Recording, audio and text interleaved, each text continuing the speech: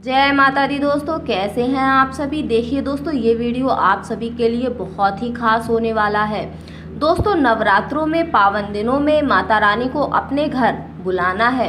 मात्र आपको सिर्फ एक ये विशेष उपाय करना है। साथ ही यदि आपके बच्चे आपकी बात बिल्कुल भी नहीं मानते हैं, अधिक गुस्सा करते हैं, तो आपको माता रानी का ये एक विशेष उपाय करना है। वो करना है आपको लाल चूड़ी और लाल फूल से। देखिए दोस्तों, आज के ये वीडियो बहुत ही ज़्यादा खास होने वाला है। ध्यान से सुनिएगा कि आपको नवरात्रों में एक लाल पोटली बनानी है। आपको अपने मुख्य द्वार पर लगाना है। किन किन वस्तुओं का उपयोग करेंगे, इस उपाय में पूरी विधि आप सभी को समझाएंगे। तो दोस्तों, वीडियो को शुरू से अंत तक जरूर देखें। दोस्तों, नवरात्रि की ये जो पावन 9 दिन होते हैं ना, वो देवी की कृपा पाने के लिए सुनहरा समय होता है। नवरात्रि में 9 दिनों तक श्रद्धा भाव से माता रानी का जाप, आराधना, उपासना करने से जीवन की सभी परेशानियां दूर हो जाती हैं। देखिए दोस्तों, इस साल शारदीय नवरात्रि 15 अक्टूबर से शुरू हो रही है और 23 अक्टूबर को नवरात्रि का समापन होगा। तो आप नवरात्रि में माँ दुर्गा जगत जननी के 9 दिनों में 9 सर्वरूपों की पूजा की जाती है। दोस्तों, मान्यता अनुसार माता रानी की श्रद्धा भाव से पूजा आराधना करने से जीवन में खुशियों का आगमन होता है। देखिएगा दोस्तों, इस बार माँ दुर्गा हाथी पर सवार होकर आ रही हैं, जो बेहद ही शुभ होता है। और जैसे ही नवरात्रि प्रारंभ होगी तो आप सभी के जीवन में खुशियाँ, वैभव, धन संपदा का आशीर्वाद आपको प्राप्त होगा। दोस्तों, ये 30 वर्षों बाद महाशुभ संयोग बन रहा है, जहाँ पर देखिए तिगड़ी बन रही है। तो 3 दुर्लभ महासंयोग नवरात्रों में बन रहे हैं। शारदीय नवरात्रि पर बुद्धिदायत्री योग बन रहा है, ससराज योग बन रहा है और भद्रराज योग का निर्माण भी हो रहा है। देखिए, आज की वीडियो में हम आप सभी को 2 उपाय बताएंगे। जो ये उपाय है वो सनातन धर्म के विशेष उपाय है। माता रानी जगत जननी आदिशक्ति माँ दुर्गा को अपने घर पर आमंत्रित करने का, उन्हें बुलाने का। तो आप सभी को हम 2 उपाय बताएंगे, पर उससे पहले आप सभी से निवेदन है कि हमारे चैनल को सब्सक्राइब करें और वीडियो को लाइक करें। यदि आप अपने घर की कुल देवी को अपने घर बुलाना चाहते हैं तो वीडियो को शुरू से अंत तक जरूर देखें और कमेंट में अपनी कुल देवी का नाम जरूर लिखें। बहुत ही कारगर उपाय हैं दोस्तों ये, तो ध्यान से सुनिए। इन उपायों को आप ध्यान से सुनिएगा। नवरात्रि में आप ये उपाय प्रथम दिन भी कर सकते हो या फिर आप नवरात्रि के पावन 9 दिनों में कभी भी कर सकते हो। दोस्तों, आपको खासकर ये उपाय नवरात्रि को रात के समय करना है, सूर्यास्त के बाद। ध्यान से सुनिएगा कि नवरात्रि का जो उत्तम महत्व होता है वो रात के समय होता है। आप इन उपायों को माता रानी को प्रसन्न कर सकते हैं। देखिए, ध्यान से सुनिए। आपके जो बच्चे हैं वो किसी गलत संगत में हैं, बिगड़ चुके हैं, आपकी बात को बिल्कुल भी नहीं मानते हैं, गुस्सा करते हैं, चिड़चिड़ापन है उनमें, या फिर संतान संबंधी अगर कोई परेशानियां हैं तो आपको ये उपाय करना चाहिए। दोस्तों, इन उपायों को करने से आपके जीवन में खुशियों का आगमन जरूर होगा। हमारे पूज्य गुरुजी के द्वारा बताए गए जो ये उपाय है तो वो आप ध्यान से सुनिएगा। दोस्तों, अब आपको यहाँ लेना है लाल चंदन। आप 1 चम्मच लाल चंदन लेना है। आप एक कागज में या हो पेपर में तो आप उसको ले लें और एक पुड़िया बनाकर रख लें। साथ में आपको लेना है लाल चूड़ियाँ 4। आपको 4 चूड़ियाँ लाल लेनी है और साथ में लेना है आपको एक लाल रंग का गुड़हल का पुष्प। तो बहुत ही उत्तम है। गुड़हल का पुष्प माता रानी को अति प्रिय है, तो आप गुड़हल का पुष्प ले सकते हैं। जैसा कि हमने बताया कि नवरात्रों में माता रानी से प्रार्थना करनी है। लाल फूल हो गया, लाल चंदन हो गया, लाल चूड़ियाँ हो गई। इसे अब एक लाल वस्त्र में लपेट लेना है और इन सभी सामग्रियों को आपको कपड़े के ऊपर रख देना है। आप इसे किसी भी देवी के मंदिर में आपको रख के आना है। कोई भी देवी हो, किसी भी देवी का मंदिर हो, माँ दुर्गा के नाम से, माता रानी के नाम सामने ये रख देना है और माता से प्रार्थना करनी है कि जो मेरी संतान है वो सही मार्ग पर चले, सुधर जाए। आप उन पर ऐसी कृपा बरसाएं। आप ऐसी कामना करनी है आपको और इसको आपको माता रानी के चरणों में ही रख देना है। बस आपको इतना छोटा सा सरल सा उपाय करना है कि आप नवरात्रों में किसी भी दिन ये उपाय कर सकते हैं। देखिए दोस्तों, ध्यान से सुनिए। अब आपने ये माता रानी के चरणों में रख दिया तो आपको ये मंदिर में ही छोड़ के आना है। तो आपको ये सामग्रियां वापस से घर पर नहीं लेके आना है।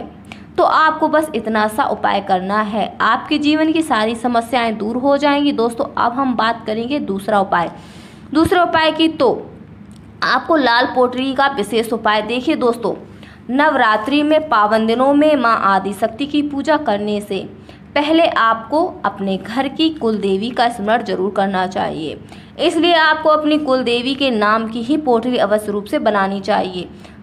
दोस्तों यदि आपको अपने घर की कुल देवी देवता का नाम मालूम नहीं है तो कुल देवी देवता का मन में ही स्मरण करते हुए आप ये उपाय कर सकते हैं। बहुत ही सरल विधि है और आप तक सरल तरीके से अपने वीडियो के माध्यम से आप तक पहुंचाने का पूरा प्रयास कर रहे हैं।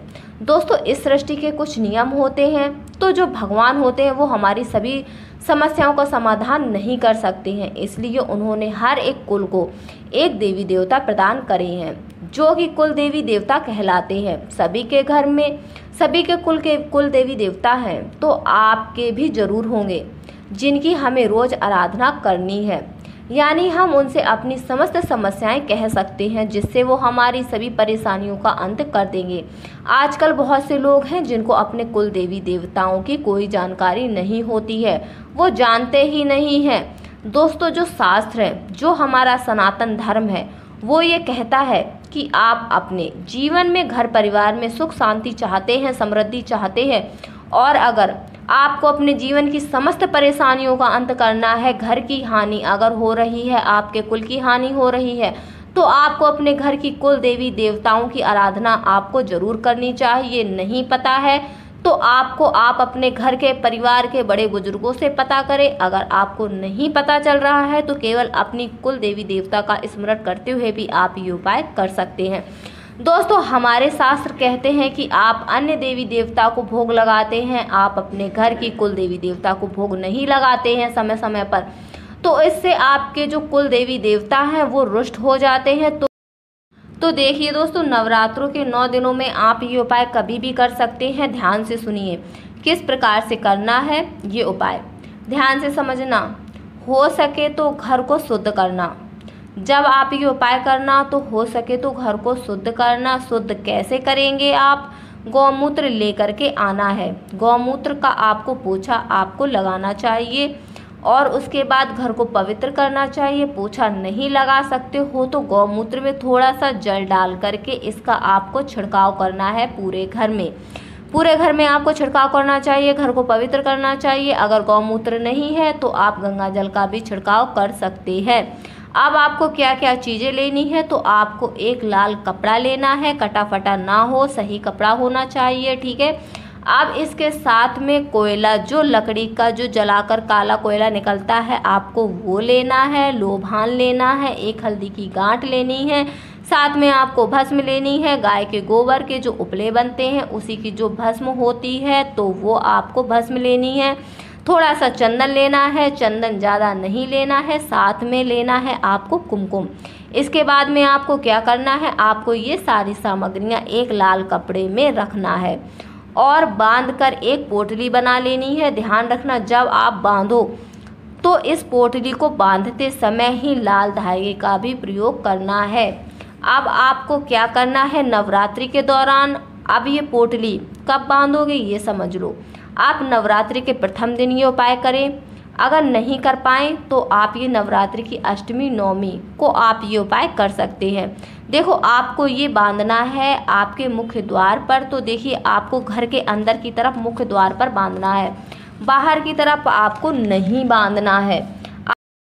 आप सभी को तो पता हो तो हमारे धर्म में अष्टलक्ष्मी का वास बोला गया है, तो वो हमारे घर के मुख्य द्वार के ऊपर अष्टलक्ष्मी का वास माना जाता है। वहीं हमारी कुल की देवी का वास होता है। तो ध्यान रखना है आपको कि अंदर की तरफ बांधना है। जब आप ये बांधोगे तो आपको ये उपाय करना है सूर्य अस्त के बाद। जब आप ये उपाय करो तो जो आपका मुख्य द्वार होता है वो खुला होना चाहिए। आपको माता रानी का आवाहन करना चाहिए, ओम कुल देवी नमः, इस मंत्र का आपको जाप करना चाहिए और इसे मुख्य द्वार के ऊपर आपको बांधना है। तो ध्यान से सुनिए कि इसे कैसे बांधेंगे। यदि घर में कोई भी सदस्य बड़ा है, पुरुष है जो है, तो वो ये बांधेगा। अगर नहीं है तो घर का बड़ा बेटा बांधेगा। अगर वो भी नहीं है तो घर का कोई भी सदस्य जन ये बांध सकता है। लेकिन घर का जो पुरुष है तो वो इन्हें पहले बांधना चाहिए। इस प्रकार से आपको बांधना है। आपके जीवन में जो भी समस्या है तो वो सभी समस्याएं दूर हो जाएंगी। देखिए दोस्तों, ये पोटली बांधना क्यों है, ध्यान से सुनिए। कुल देवी जो हमारे कुल की रक्षा करती हैं, पोटली जब आप ये बांधोगे तो जैसे आप बांधते हैं तो उनका स्मरण करते हुए तो आपके घर की जो कुल देवी हैं आपको उनको इस बात का स्मरण आभास होता है कि मेरे बच्चे मुझे स्मरण कर रहे हैं, मेरे बच्चे मुझे बुला रहे हैं, उन्हें मेरी ज़रूरत है, तो वो स्वयं ही दौड़ी दौड़ी आती हैं। आपके घर के सभी बिगड़े काम बनने लग जाएंगे। तो इसलिए आप इन नवरात्रों में ये पोटली जरूर बांधें। ये केवल नवरात्रों में ही बांधी जाती है। मात्र 9 दिनों के अंदर आपको अपने जीवन में फ़र्क देखने को मिल जाएगा। देखिए, आप ये पोटली बांधने के बाद अगली नवरात्रि पर वापस से ही इस प्रकार से पोटली बांध सकते हैं। और ये जो पुरानी पोटली है तो इसे आप उतार करके किसी भी नदी में प्रवाहित कर सकते हैं, किसी भी देवी के मंदिर में रखकर आ सकते हैं।